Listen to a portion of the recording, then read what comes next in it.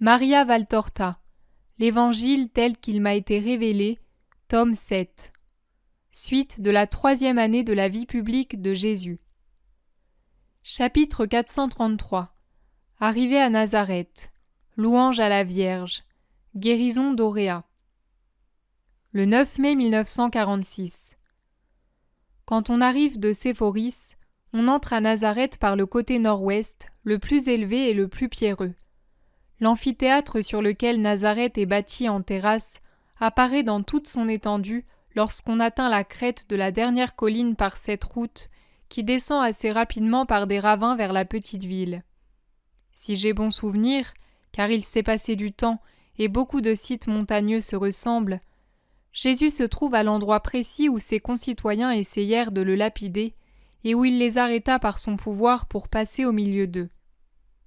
Jésus fait halte pour regarder sa chère ville qui lui est hostile, et un sourire de joie éclaire son visage.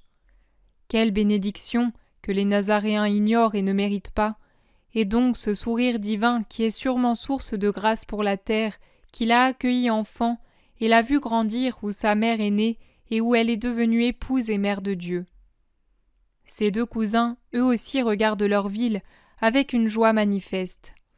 Alors que celle de Jude est tempérée par un air sérieux, austère, retenu, celle de Jacques est plus ouverte et plus douce, plus semblable à la joie de Jésus.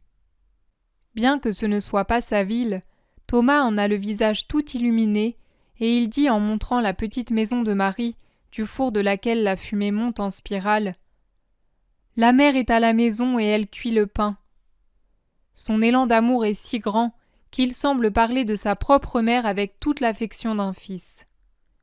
Simon le Zélote, plus calme en raison de son âge et de son éducation, sourit. Oui, et sa paix arrive déjà à nos cœurs. Dépêchons-nous, dit Jacques, et suivons ce sentier pour arriver presque sans être vus des Nazaréens. Ils nous retiendraient.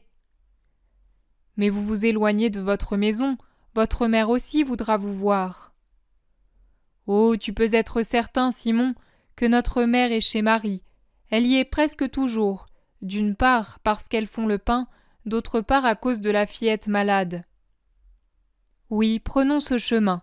Nous passerons derrière le jardin d'Alphée pour arriver à la haie de notre jardin, dit Jésus. Ils descendent rapidement par le sentier, très abrupt au début, mais qui devient plus plat à mesure qu'on approche de la ville. Ils traversent des oliveraies, puis de petits champs nus, et longent les premiers jardins de la ville. Tous sont entourés de hautes haies feuillues sur lesquelles se penchent les frondaisons des arbres chargés de fruits ou de murets en pierre sèche couverts à l'extérieur des branches des jardins. Aussi leur passage est-il inaperçu des ménagères qui vont et viennent dans les jardins, font la lessive ou encore l'étendent sur les petits prés à côté des maisons. La haie qui borde d'un côté le jardin de Marie est en hiver tout un entrelacement d'épines, mais en été un vrai fouillis de feuilles après la floraison de l'aubépine au printemps ou l'apparition des baies rouges à l'automne. En ce moment, elle est embellie par un jasmin vigoureux et par l'ondulation des calices de fleurs dont je ne connais pas le nom, mais qui de l'intérieur du jardin étendent leurs rameaux sur la haie pour la rendre plus fournie et plus belle. Une fauvette chante dans les buissons, et de l'intérieur arrive un roucoulement de colombes. La grille aussi est réparée et toute couverte de branches en fleurs, dit Jacques qui est accouru en avant pour regarder la grille rustique à l'arrière du jardin, restée des années sans servir, celle qui a permis de faire entrer et sortir la charrette de pierre pour Jean et Saint-Ica. Nous allons passer par le sentier et frapper à la porte. Ma mère serait peinée de voir détruit cet abri, lui répond Jésus. Son jardin clos, s'écrie Jude. Oui, et elle en est la rose, lance Thomas. Le lys parmi les épines, complète Jacques. La fontaine scellée, ajoute Simon le Zélote. Mieux, la source d'eau vive qui, en jaillissant impétueusement du beau mont, donne l'eau de vie à la terre et s'élance avec sa beauté parfumée vers le ciel, dit Jésus. D'ici peu, elle va être heureuse de te voir, s'exclame Jacques. Mon frère, dis-moi quelque chose que je désire savoir depuis longtemps. Comment vois-tu Marie ? comme ta mère ou comme une sujette? C'est ta mère, bien sûr, mais c'est une femme, et tu es Dieu, dit Jude. Comme une sœur et une épouse, comme le délice et le repos de Dieu, le réconfort de l'homme. C'est tout que je vois et possède en Marie, comme Dieu et comme homme. Celle qui faisait les délices de la deuxième personne de la Trinité au ciel, les délices du Verbe comme du Père et de l'Esprit, fait aujourd'hui les délices du Dieu incarné et fera plus tard celles de l'homme-Dieu glorifié. Quel mystère! Dieu s'est donc privé 2 fois de ses complaisances en toi et en Marie, et il vous a donné à la terre. Médite Simon le Zélote. Quel amour devrais-tu dire? C'est l'amour qui a poussé la Trinité à donner Marie et Jésus à la terre. Souligne Jacques. Et non pas pour toi qui es Dieu, mais pour sa Rose, il n'a pas craint de la confier aux hommes qui sont tous indignes de la protéger? Demande Thomas. Thomas, c'est le Cantique qui te répond. Le Pacifique avait une vigne, et il la confia à des vignerons. Ceux-ci étaient des profanateurs poussés par le profanateur, et ils auraient donné de fortes sommes pour la posséder. Ils auraient mis en œuvre toutes les séductions possibles. Mais la belle vigne du Seigneur se garda toute seule, et ne voulut donner son fruit qu'au Seigneur, ne s'ouvrir qu'à lui pour engendrer le trésor sans prix, le Sauveur. Les voilà parvenus au seuil de la maison. Tandis que Jésus frappe à la porte fermée, Jude remarque. Ce serait l'occasion de dire « Ouvre-moi, ma sœur, mon épouse, mon aimée, ma colombe, mon immaculée. » Mais quand la porte s'entr'ouvre et qu'apparaît le doux visage de la Vierge, Jésus ne dit que le plus tendre des mots en ouvrant les bras pour la recevoir. « Maman !»« Oh, mon fils, béni sois-tu, entre, et que la paix et l'amour soient avec toi. » Et aussi avec ma mère, avec la maison et ceux qui s'y trouvent, dit Jésus en entrant suivi des autres. Votre mère est à côté, tandis que les 2 disciples s'emploient à faire le pain et la lessive. Explique Marie après avoir échangé des salutations avec les apôtres et ses neveux. Ceux-ci, par discrétion, se retirent pour laisser la mère seule avec son fils. Me voilà tout à toi, mère. Nous allons rester quelque temps ensemble. Comme il est doux de revenir et de retrouver la maison, et toi surtout, mère, après tant de voyages parmi les hommes. Qui te connaissent de plus en plus, et pour cette raison se divisent en 2 branches, ceux qui t'aiment et ceux qui te haïssent. Et la plus grosse des 2, c'est cette dernière. Le mal sent qu'il va être vaincu, il est furieux, et il rend furieux. Comment va la fillette? Légèrement mieux, mais elle a bien failli mourir. Pourtant ses paroles, maintenant qu'elle ne divague plus, correspondent, bien qu'en plus réservées, à celles qui lui venaient dans son délire. Ce serait mentir de prétendre que nous l'avons délivrée de ses mauvais souvenirs. La malheureuse. Oui, mais la Providence a veillé sur elle. Et maintenant? Je ne sais pas. Auréa ne m'appartient pas comme créature.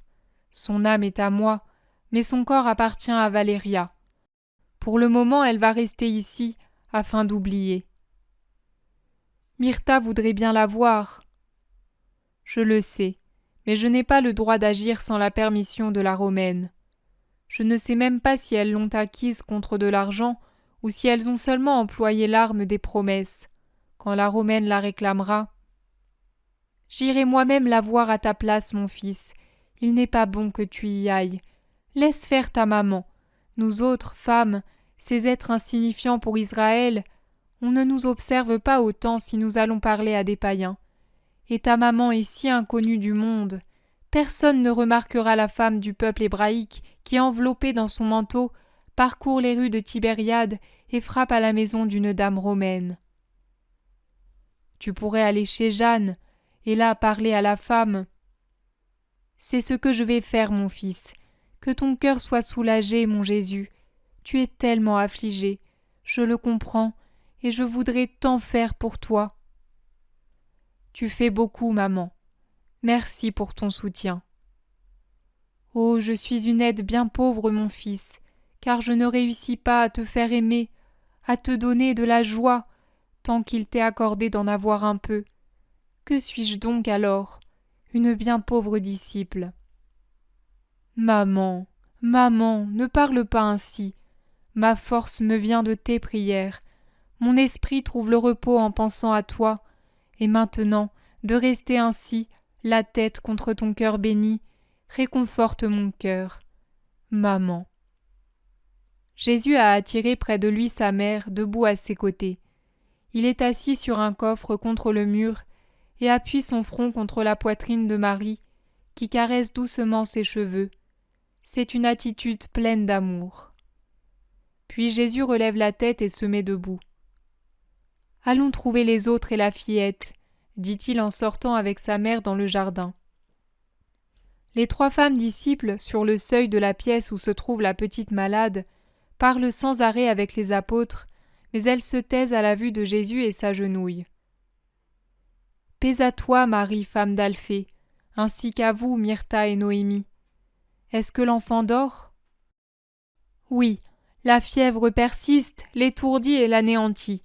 Si cela continue, elle va mourir. Son tendre corps ne résiste pas à la maladie, et son esprit est troublé par les souvenirs, dit Marie, femme d'Alphée. Oui, et elle ne réagit pas, car elle dit vouloir mourir pour ne plus voir les Romains, confirme Myrtha. C'est une vraie douleur pour nous qui l'aimons déjà, ajoute Noémie. Ne craignez rien, dit Jésus en allant jusqu'au seuil de la chambre et en levant le rideau. Sur le lit contre le mur, en face de la porte, apparaît le petit visage amaigri d'Auréa, rouge feu aux pommettes, blanc comme la neige ailleurs, enseveli dans la masse des longs cheveux dorés. Elle dort fiévreusement, en marmonnant entre ses dents des paroles incompréhensibles. De sa main abandonnée sur les couvertures, elle fait de temps à autre un geste comme pour repousser quelque chose. Jésus n'entre pas. Il jette sur elle un regard de pitié, puis il l'appelle à haute voix.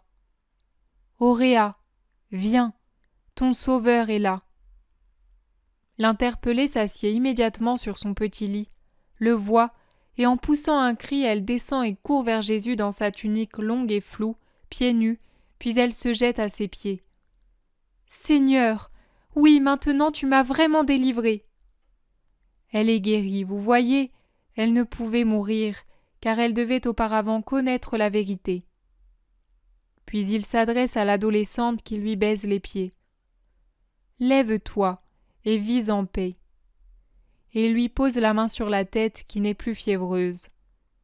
Dans son long vêtement de lin, peut-être appartient-il à la Vierge, si long qu'il lui fait une traîne, ses cheveux dénoués retombant comme un manteau sur sa mince silhouette, avec ses yeux gris-bleu encore brillants de la fièvre qui vient de la quitter et de la joie qui maintenant se manifeste, Auréa ressemble à un ange.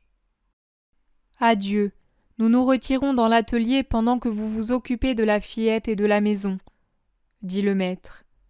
Puis, suivi des 4 autres, il entre dans l'ancien atelier de Joseph pour s'asseoir avec ses apôtres sur les établis qui ne servent plus.